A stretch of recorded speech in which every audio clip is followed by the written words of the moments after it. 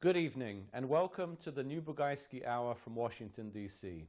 I would like to thank Voice of America for hosting the Washington episodes of my show for RTK. And today I will be discussing some important international questions with a major U.S. security analyst. Our guest on the Bugajski hot seat is General Ben Hodges, recently retired commander of the U.S. Army in Europe.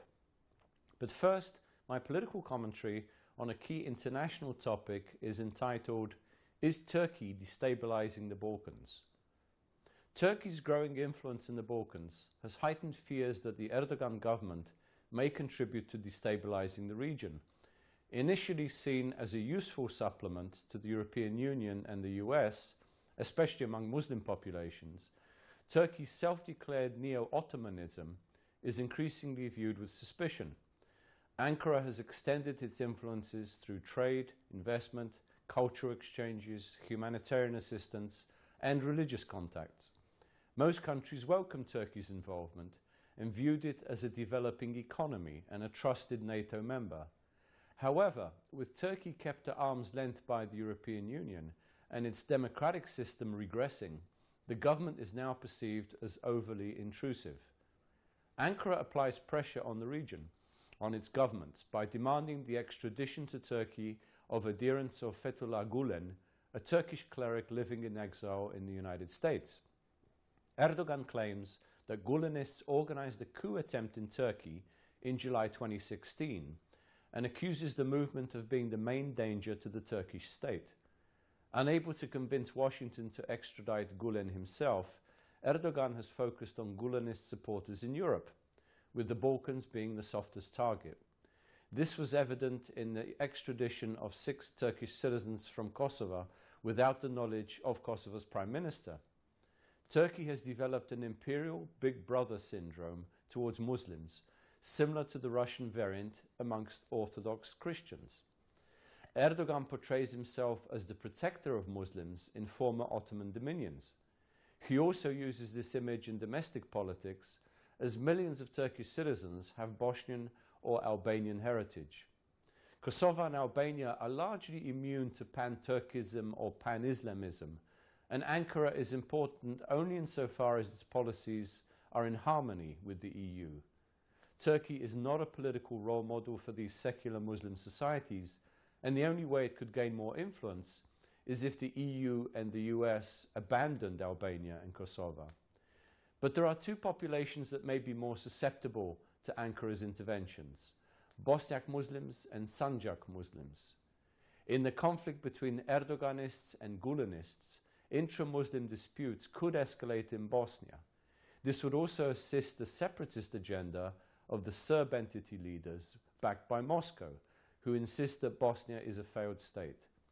Sanjak Muslims' loyalty towards Turkey stems from close historical and cultural ties, and because Ankara is viewed as a source of protection from Serbian nationalism. If there is unrest in Bosnia, the Sanjak would be directly affected, and Ankara could be pulled into the conflict. Since the wars in the 1990s, Turkey's moderate Islam has been viewed as a valuable counterpoint to radical Salafist penetration from Saudi Arabia. However, the intra-Turkish struggle between Erdogan and Gulen and Ankara's heavy-handed approach can intensify intra-Balkan disputes.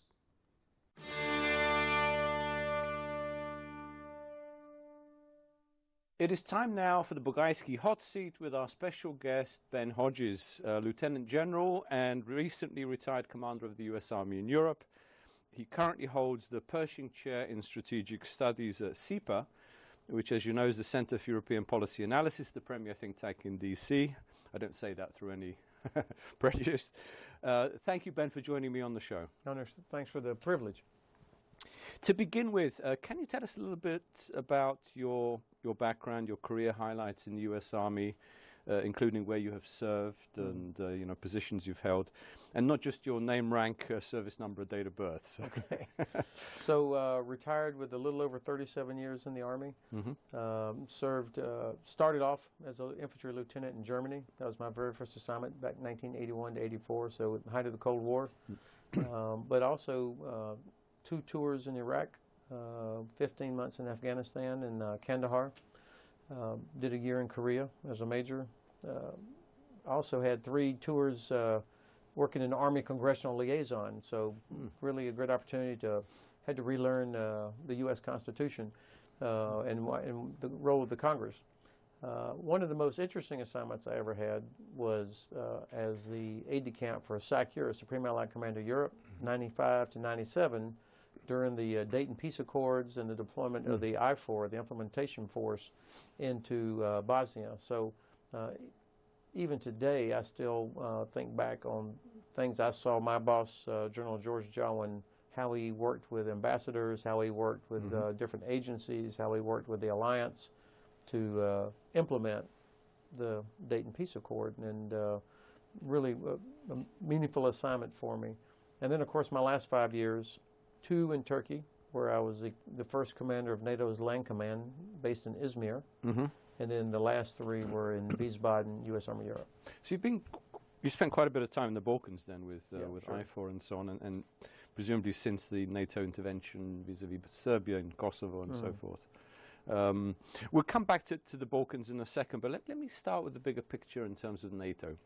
It's almost like every generation has to be reminded of the importance of NATO for transatlantic security, for the security not just of Europe but also for America. Can you explain why, to this generation, why NATO is so important? Well, you make a great point that we have to be reminded, because you begin to almost take it for granted, and in the West we tend to take our eye off the ball of what Russia means as a threat or other threats, that Russia only respects strength. And so the cohesion of the alliance is that strength that has kept Russia from doing more than what it has done. But that's got to be cultivated. You've got to keep working on that, and the role of the American president is essential, even though, I mean, inside any coalition, this is the nature of coalitions, you're going to have friction between nations, of course. And yet NATO has been the most successful alliance in the history of the world at doing what it's supposed to do, which is to protect its members, collective security. And the role of the American president and frankly the American Congress is essential for the alliance to continue to be successful. And I do hope that our president will be loud and clear about NATO. Certainly the Congress has shown huge support for Europe over the past couple of years. The more than $3 billion of what's called European Deterrence Initiative, that's from the Congress. That's a manifestation of congressional support for the importance of our relationship with Europe. You mentioned the president during the election campaign. He questioned, I wouldn't say question the existence of NATO, but questioned the commitments of each ally to NATO. Looking back now, I mean, since then, of course, he's recommitted to Article 5, which is key for mutual defense. How would you assess the quality and experience of the current national security team in this administration? Well, we've got a great opportunity to see firsthand coming up with the summit in Brussels in July. Of course, Secretary Mattis is extremely well known, and when you read the National Defense Strategy that was recently published, the fact that it emphasizes a return to great power competition or conflict, and then the essential nature of alliances and coalitions. That, to me, was the most important part of that document, was when the Secretary emphasizes the importance of alliances. I was relieved, actually, to see that. Now, the summit coming up will give us an opportunity to see our president make it very clear that there's no question that while he may have expectations like every single one of his predecessors since the end of the Second World War, or since the beginning of NATO, has expected allies to do more. That won't surprise anybody, nor should it. But there should be no doubt in anybody's mind, inside the alliance or outside the alliance, of American commitment. I saw him in Warsaw back in the spring last year when he stood in front of 300 American soldiers from U.S. Army Europe, and he pointed to them and said, "That's our commitment to Europe." It was very powerful. Plus, his speech in Warsaw, I think, was very powerful in front of the memorial to the Warsaw Uprising. So you've already mentioned, I was going to ask you actually about the national security strategy. For many years, we've heard that if we cooperate with Russia, if we reach out to them, they're going to be a much more accommodating and benign power. It appears that the opposite is true. And the national security strategy is very clear. Russia is a rival and competitor and is trying to undermine U.S. national interests. How would you see the next stage of our relationship with Russia? What is it we have to do to bring Russia into line? Well, first of all, they only respect strength. And I think General McMaster, when he was the National Security Advisor, he knew that and was very clear about that. And in order to cooperate with Russia, which we would actually like to do. Sure. I mean, Russia would be helpful in Syria, would be helpful with Iran, would be helpful against ISIS, would be helpful in so many other North Korea challenges that we face. But they only respect strength. And so they've got to be clear that the alliance is together, and the United States is not going to tolerate Russia threatening our allies or continuing to attempt to disrupt international order, and also going after our institutions, our electoral process, our judicial process, the use of misinformation. All of these things are unacceptable, and we've got to continue to call them out on this and hold them accountable.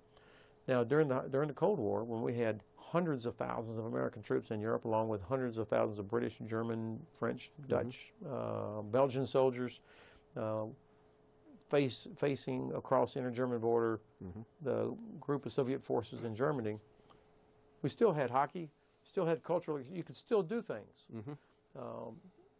because they knew that we were committed. I think we can get back to that, but not at the expense of trading, like, okay, this is your sphere, Russia. You Black Sea region or Baltics or Ukraine, not in the 21st century. No more Yalta division of Europe. No, absolutely not. Talking of, we'll come back to NATO in a second, but looking at the Russian military, we're not talking about the Soviet military, which was big, strong, capable. We're talking about, compared to NATO, relatively small military. How would you compare and contrast NATO and Russian military capabilities? Well, if it was just numbers, if you lined up all the militaries of the 29 members of NATO against the Russian Federation, significant numerical advantage to NATO, if it was just about numbers. But of course, it's not just about numbers. I don't believe that Russia has any desire to attack across Europe like we thought they were going to do in the 80s, to go all the way to the Rhine River. Russia wants to be treated like a superpower. They want to seat at the high table. They don't want to destroy the high table. And so the way they do that is to undermine the alliance and to undermine the European Union, to do everything they can to make sure that the alliance is not the cohesive organization that it needs to be. So to do that, of course, they have to demonstrate that the alliance cannot protect its members. So that means they only have to achieve a local superiority at a particular place for a relatively short duration of time, with the threat of employment of nuclear weapons, tactical nuclear weapons, always in the background. Something, whether it was in Lithuania, for example, to the Suwalki corridor, something just to demonstrate that the West could not get there fast enough and protect its members, or maybe it's somewhere in the Black Sea region, Romania, for example. So local superiority and their ability to move a lot of stuff real far, real fast is an impressive part of their capability. They're always going to be a conscript army. I mean, they've got an extensive modernization effort underway that started really in 2007, and it's not just the military; it's all the ministries, it's the whole of government, almost a mobilization of the population. Right. But only a portion of the army will be truly modernized with latest equipment and so on. Now, where they have, frankly, surpassed us is in long-range artillery and rockets. Their the quantity and quality of integrated air and missile defense. They've always, and short-range air defense, they've always invested more in that than we have. And electronic warfare capability, their ability to intercept, jam, disrupt our communications. What we've seen them do in Ukraine and in Syria, that's a significant capability that we have not had to deal with. And converse to that, how would you say NATO capabilities have changed since the end of the Cold War? And we have fewer troops, obviously, on the ground, but what are the capabilities? The quality of our soldiers and our airmen remains best. The quality of equipment that most of NATO's formations use, tanks, U.S. Army helicopters, U.S. Navy, U.S. Air Force, still the best in the world. Where we are not where we need to be, where we disarmed too much, because the peace dividend and end of the Cold War, the logistical infrastructure needs to be reestablished. Short range and medium range air defense systems have got to be reestablished. The artillery rockets, not enough in place. The interoperability of Allied formations is much better. We got into a habit, understandably, of going to Afghanistan, where for a year I'm going to this particular area, I'm going to fall in on an existing network, and by the way, the enemy that we're facing does not have the capability to disrupt or jam or intercept our communication. So you enter an existing network. If we're going to face Russia, if we're trying to prevent a crisis, we've got to demonstrate that we can come together very quickly in a matter of days. And no matter what country you are, no matter what it says on the box of your communications equipment, literally to plug in and begin to communicate securely so it cannot be intercepted or jammed. That's something that takes a lot of practice, a lot of work, and also some policy things to allow sharing of networks, and we're not there yet. Not where it needs to be. It's better, but that's something we've got to work on. The what we call counterfire, the ability to shoot back at a point of origin from a Russian artillery or rocket. You got to be able to do that in a matter of minutes, and that takes practice. And again, you've got to be able to do it digitally with allies, and we're not as. I won't be satisfied for a while until we can get to that level. Given this the potential threat to NATO's eastern flank, NATO developed something called the Enhanced Forward Presence. Could you tell our viewers a little bit about what that consists of? This was a great step by the alliance. The recognition that assurance, which is focused on friends, was not enough to deter Russia from further aggression. So the transition formally adopted at the NATO summit in Warsaw in July of 2016 was to make that transition to deterrence, and the manifestation of it was Enhanced Forward Presence battle groups. A battle group is about 1,000 soldiers with all arms, artillery, armor, engineers, logistics, so on. And 4 nations stepped forward to be framework nations. UK and Estonia, Canada and Latvia, Germany and Lithuania, and the US and Poland. Very important that Germany was the very first one to step forward. So good German leadership, and that put pressure on everybody else to deliver.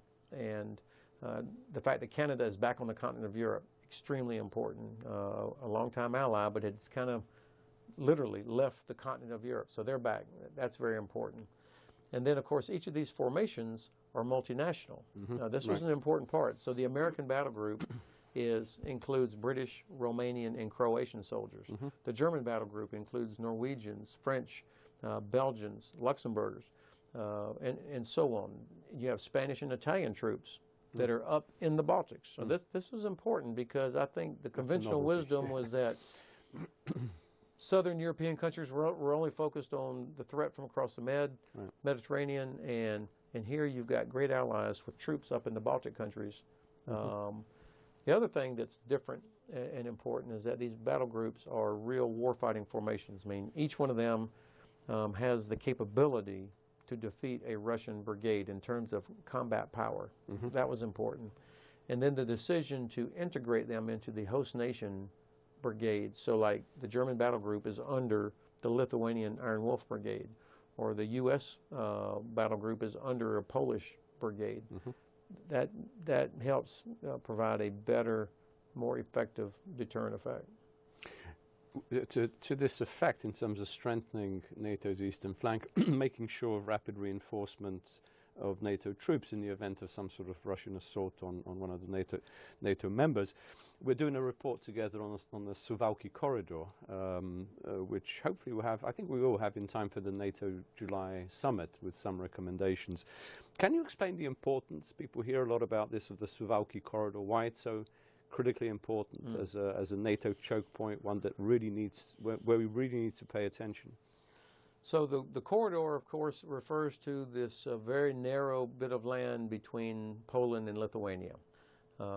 It's about 65 kilometers straight line distance from the southeast corner of Kaliningrad to the western corner of Belarus. So we're talking about a very narrow piece of geography that's sandwiched between the Russian Oblast of Kaliningrad, that is packed with long-range artillery, rockets, land forces, naval infantry, significant air defense, and air and maritime capability. That's all in Kaliningrad. Right. And then, of course, Belarus, which recently hosted a tiny portion of the Zapad exercise. The military there trains with Russian forces. They have training areas there, so you could easily envision a scenario where Russians might be in Belarus, and then in a combined effort could disrupt, interdict, or even cut the Suwałki corridor, which then would, when combined with the A2AD, anti-access area denial capability in Kaliningrad, would isolate three allies, Lithuania, Latvia, and Estonia, from the rest of NATO, from the land mass of Europe. And that would not take the entire Russian army. What I mentioned earlier in terms of local superiority and the ability of the Russians to move so fast, if their strategic objective is to show that NATO could not protect one of its members, then you can envision a scenario where they might launch a local attack combined with cyber disruption, maybe a pretext that ethnic Russians in Lithuania or Latvia are being mistreated, and it's the Russians' duty to go in there and protect them, or something associated with, as we saw in Ukraine. Exactly. Something with associated with transit between Belarus and Kaliningrad. Any number of false pretenses that would then Russia would feel compelled to act on it. So, to prevent that scenario, the alliance has got to show that we can move as fast or faster than Russian Federation forces. Now, Lithuania, with the German battle group, has done a terrific job improving their own defenses, preparing to stop this kind of thing. Poland, modernization effort, exercises, getting serious about how do we prevent this from happening. And then, of course, the United States participation in this is not only with our EFP battle group there, but also rotational forces that are in Poland, as well as a logistical unit that's in Lithuania, aviation unit in Latvia, is all part of the deterrence effort to communicate to the Russians that do not, we're watching what you're thinking about doing. Do not make a terrible mistake, that we are prepared to respond. Exercise called Saber Strike that'll take place June of 2018, this coming summer. We'll practice a lot of that, and I feel everybody's leaning in the right direction. But the study that our organization at CEPA is working on, that you are leading us on, will, I think, provide some realistic recommendations that would improve the deterrence effect around that strategically important Suwałki corridor. Right. One very important factor which you've always stressed is infrastructure, and I think it's either Napoleon Bonaparte or Frederick the Great said an army marches on its stomach, but an army also marches on roads. Can you tell us about the importance of, let's say, sufficient, adequate infrastructure for quickly moving NATO forces? So deterrence is based on capability.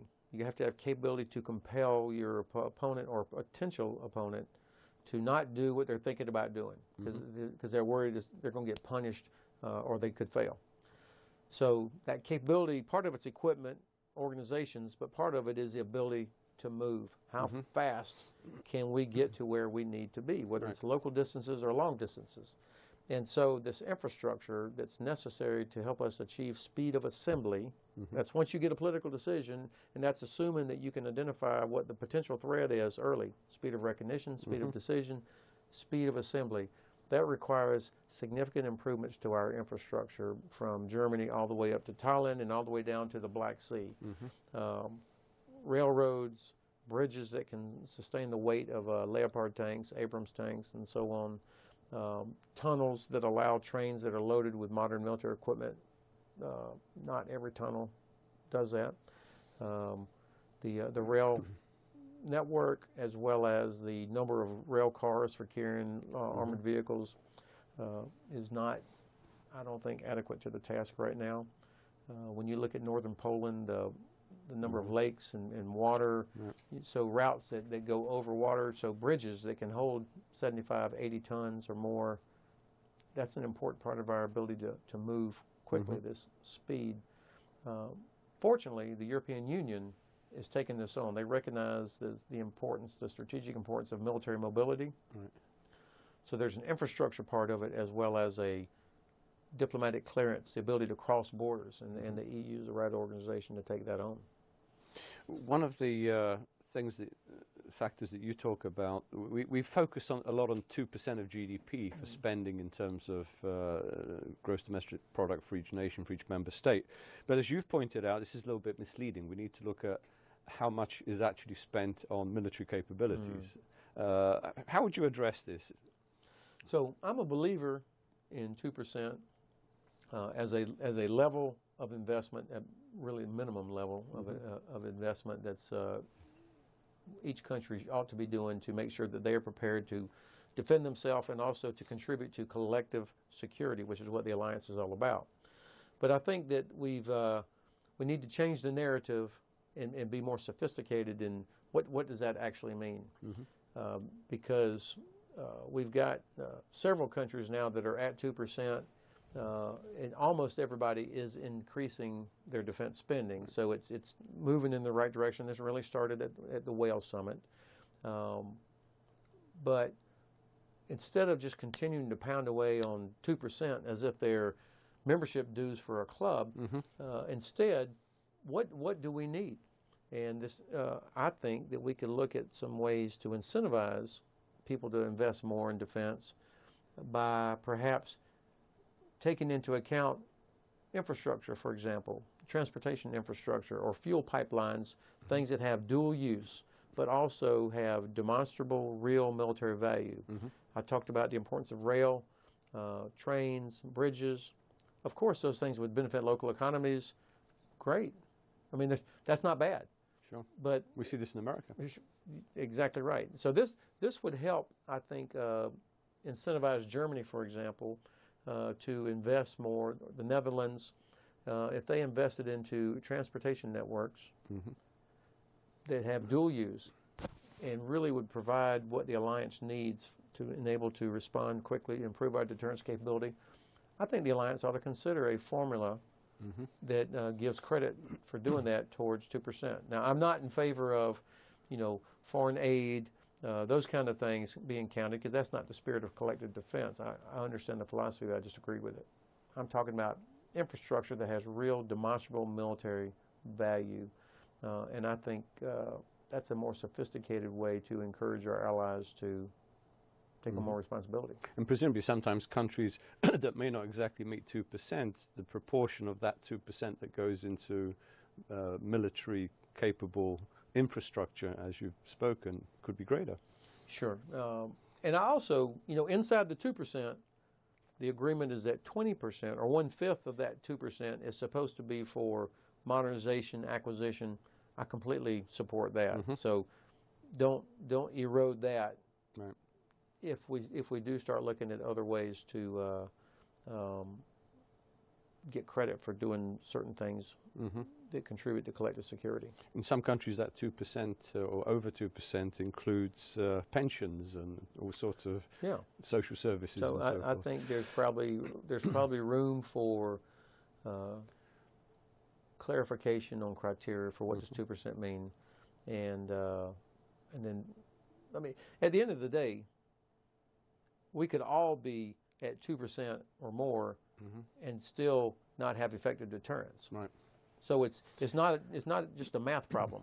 I mean, this is about having real capability, training, and that speed of recognition, shared intelligence, good decision-making processes, which, by the way, the alliance is much faster than people probably realize. Right. But this is all part of it. Ben, let's turn now to the Balkans. As you know, Montenegro was the most recent member, acceded to NATO year before last. What are the next steps for the alliance in terms of the West Balkans? What are the next countries in line for membership? How long will it take? What are the criteria? How do you see this developing?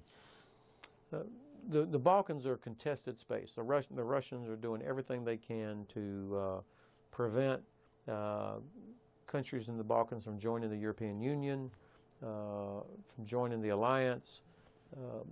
They exploit every crack in civil society, whether it's corruption in government officials, misinformation, all the things that make nations liberal democracies: free press, judiciary, electoral processes, transparent government. All of these things are under pressure from Russia, and they are going to contest us every step of the way. So the best thing that the alliance can do and that the European Union can do is to help foster liberal democracies that are resilient, that can resist that.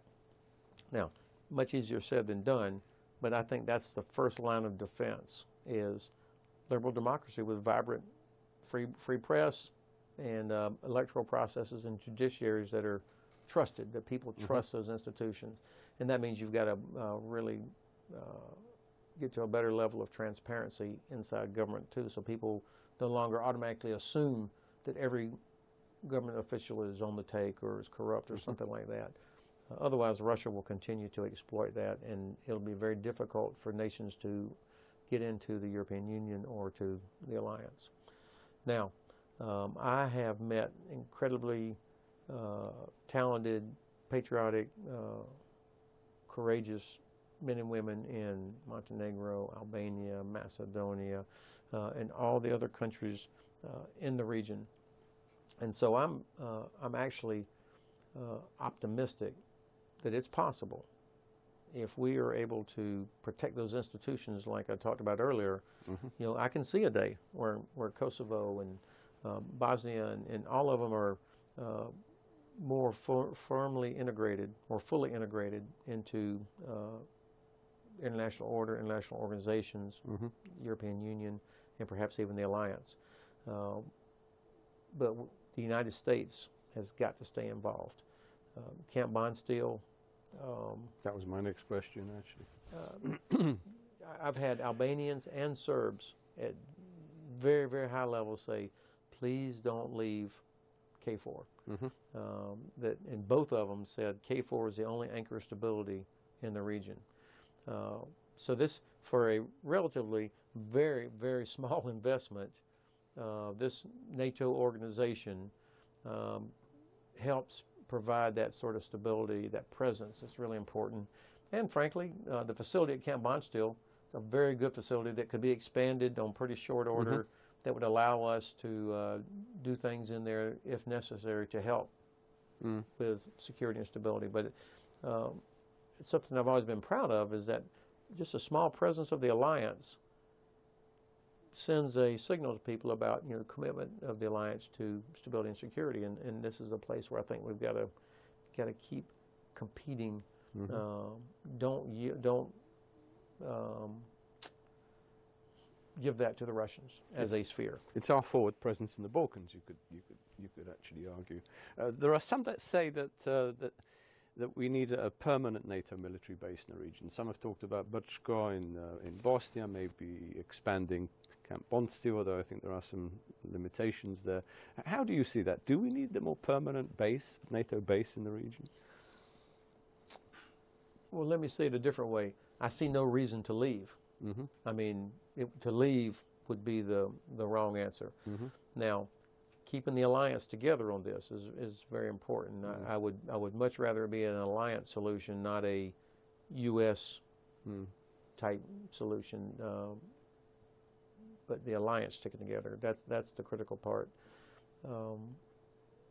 Whether that's a permanent base or maintaining the sort of structure that's in place now.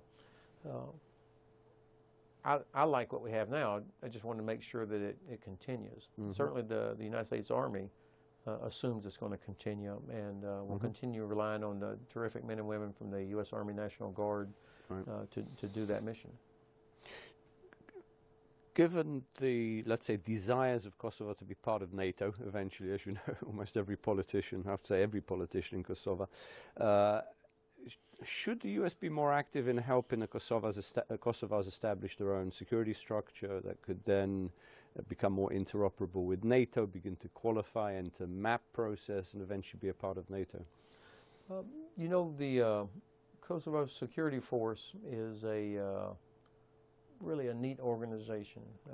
General Rama, the commander, I visited the military academy there, met some terrific young men and women who are stepping forward to be leaders for the future for their country. And by the way, it included young cadets from other countries in the region too. So as always, the military, this was true in the United States, the military ends up being a good institution for improving understanding and relationships.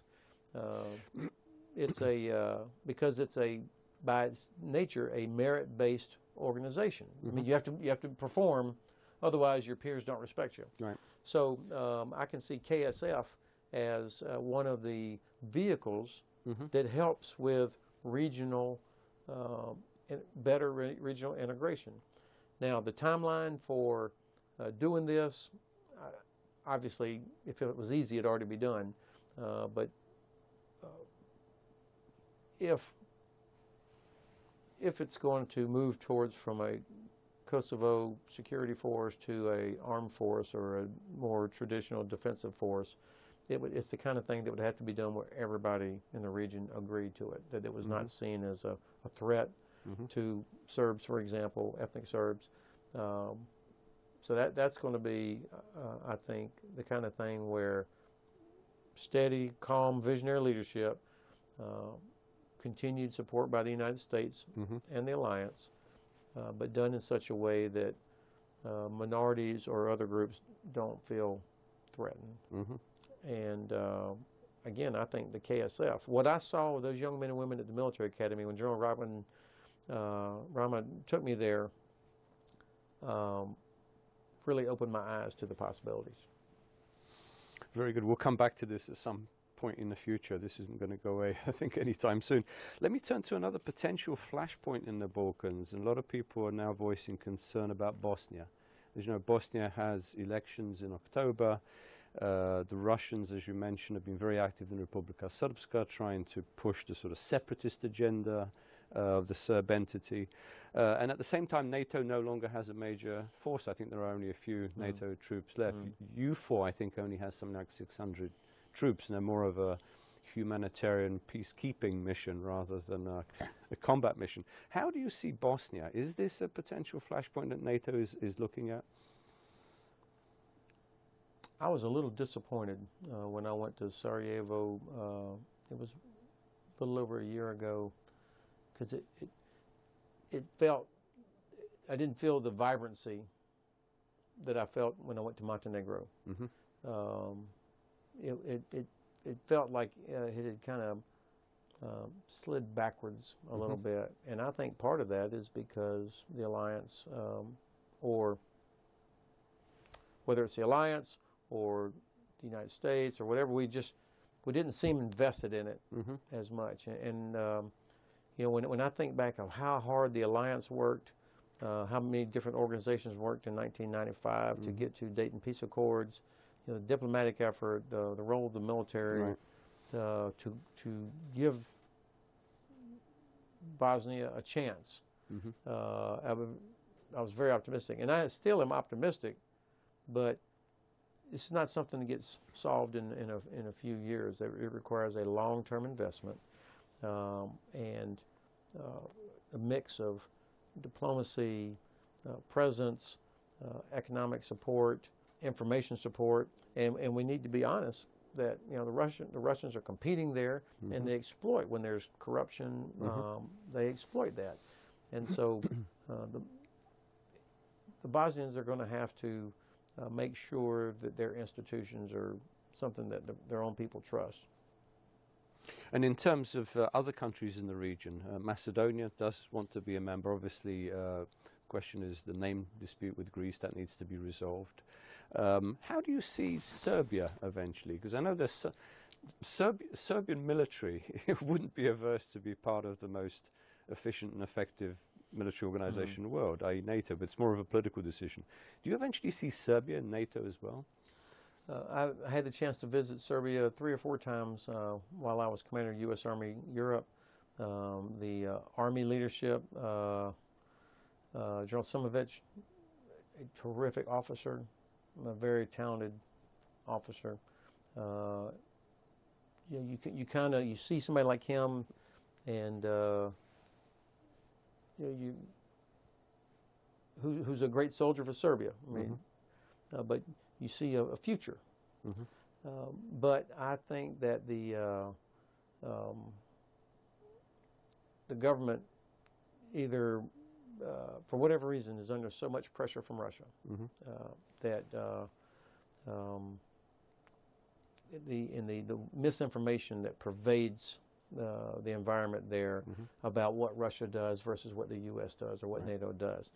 Now, every time I go there, you know, within the first 5 minutes, I hear about the NATO airstrike into Serbia and that. So that's always going to be a part of it. All right. But you know, Europe has adjusted to Germany. Europe, the world has adjusted to the post-war environment with Japan. I mean, all of us. You know, I'm in Germany all the time. It's history. You move on past that and focus on the future. And I think the sooner that Serbia focuses on the future and realizes that their future is with the West, with the European Union, not continuing to drag up an incident that happened many, many years ago, then there's a chance. We've trained with Serbian soldiers on exercises, quality young men and women. So I want to be optimistic because of what I've seen, but we have to be clear that or have our eyes open about the Russian influence that's there. Ben, going back to the, running out of time, we've got a couple more minutes, but going back to the European Union, there has been a long debate ever since I've been in Washington about the European Union at times trying to duplicate NATO, establish some sort of parallel structure which takes away resources from the alliance. What is your assessment of this most recently launched, it's called the Permanent Structured Cooperation on Security and Defense, PESCO. Will it complement NATO? Will it compete with it? Or will it sort of fizzle out, misfire and fizzle out? How do you see it? Yeah, we should all be cheering for PESCO and cheering for the European Union and pulling for it to be successful. This is exactly what we've all been asking them, the Europeans, to do, is to do more for their own security, to take more responsibility. And that's what this is about. Now, I have evolved in my thinking of this to where I am now an advocate for it. I see it as complementary, not competition. In fact, I see it as essential for the European pillar of the alliance to be strong. European nations have got to get more efficiency with their spending. They spend about 200 billion euros a year on defense, as the continent does, and they're probably maybe getting 50% value of what they're spending because, in broad terms, because you've got every nation has its own tank, its own airplane, its own radio. It's just inefficient for when you have so many smaller countries. It's not a good way to do modernization and acquisition. The European Union, PESCO, one of the 17 projects that they're doing, with Netherlands in the lead, military mobility. The EU is the right organization to really address infrastructure and border crossings in conjunction with what NATO needs. The EU is the right vehicle for doing that. And so I'm actually optimistic about PESCO and what it can do. Now, I think it'll be important that there's good transparency here so that we can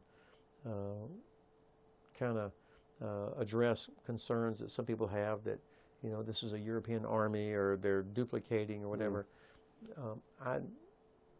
You don't see that? I just don't see that.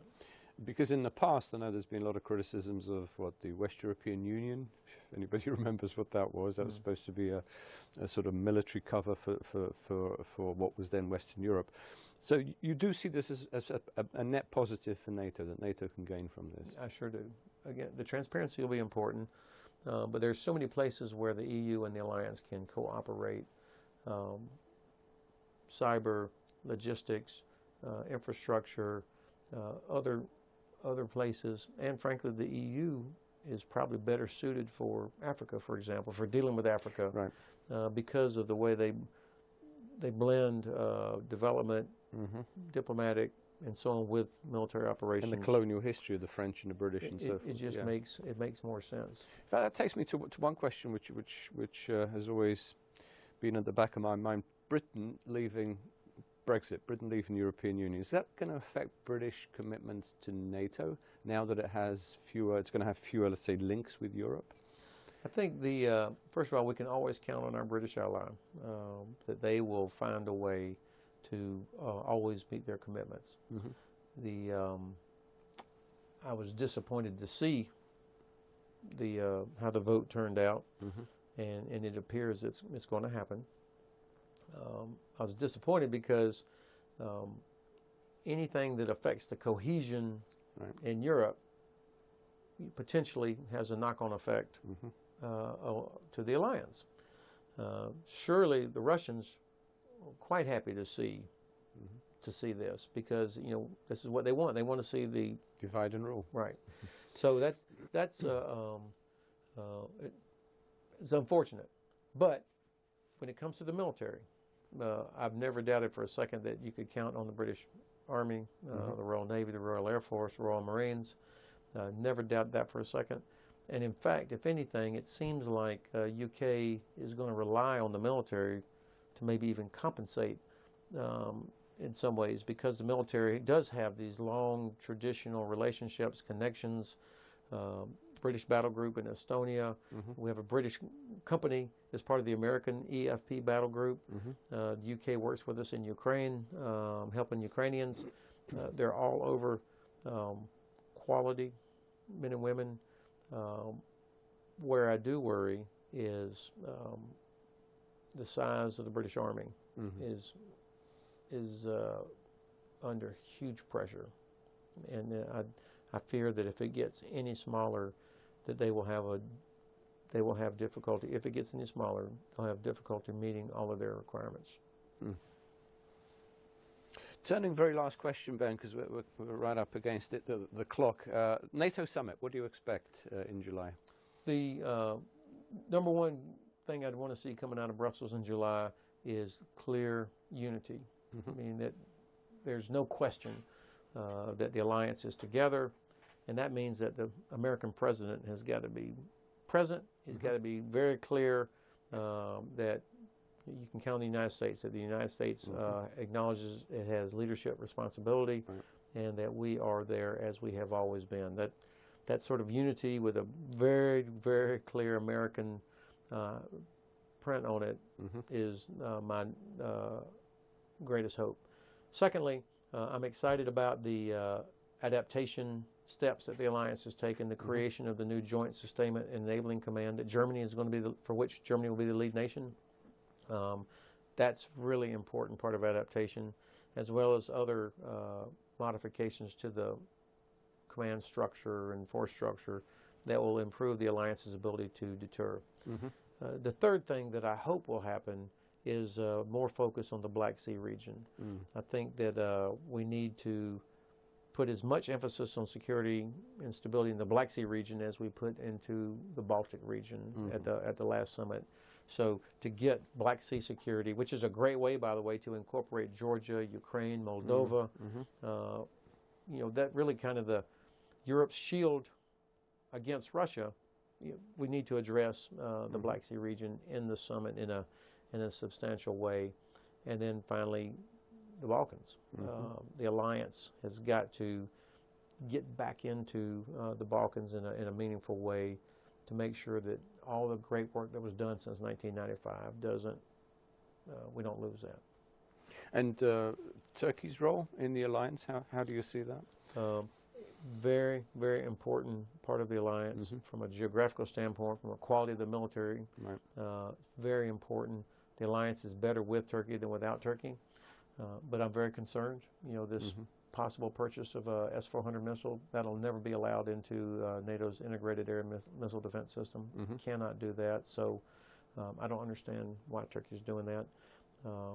But they've been a great ally since 1952.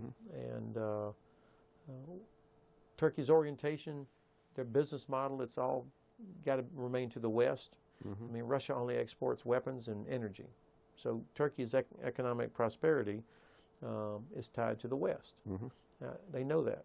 And so I hope that we can get through this period and that get back to a more normal situation. And by the way, we're between Turkey and Greece. I mean, I'm very concerned with the level of really harsh discourse going back and forth between two allies.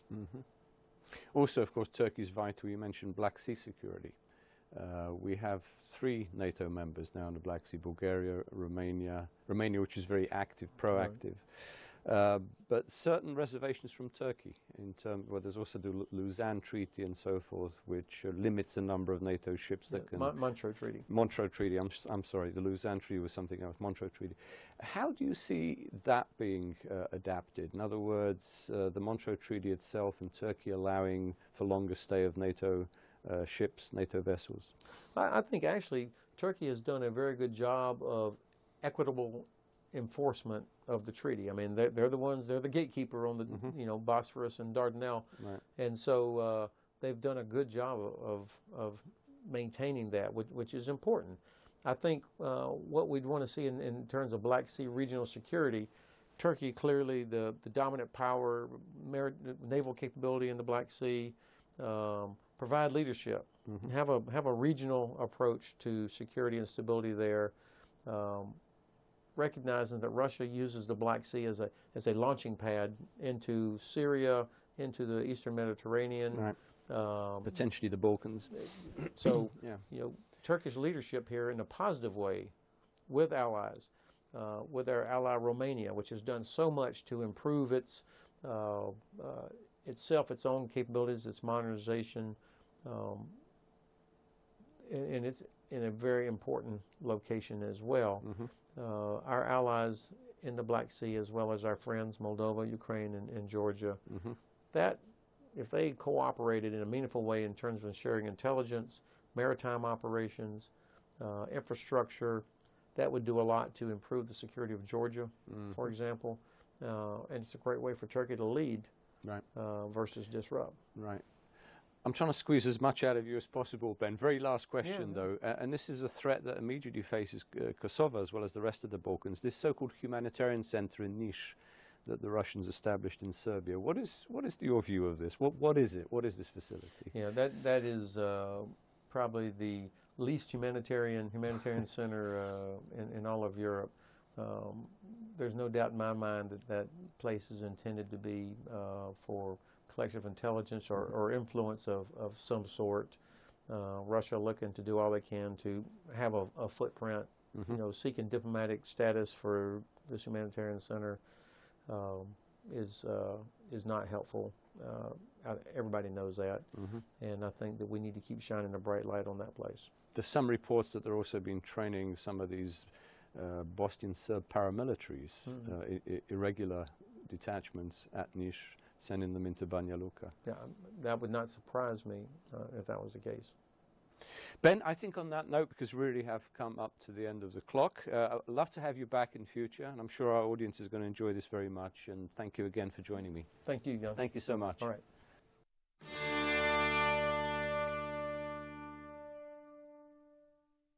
Unfortunately, we have already come to the end of today's show.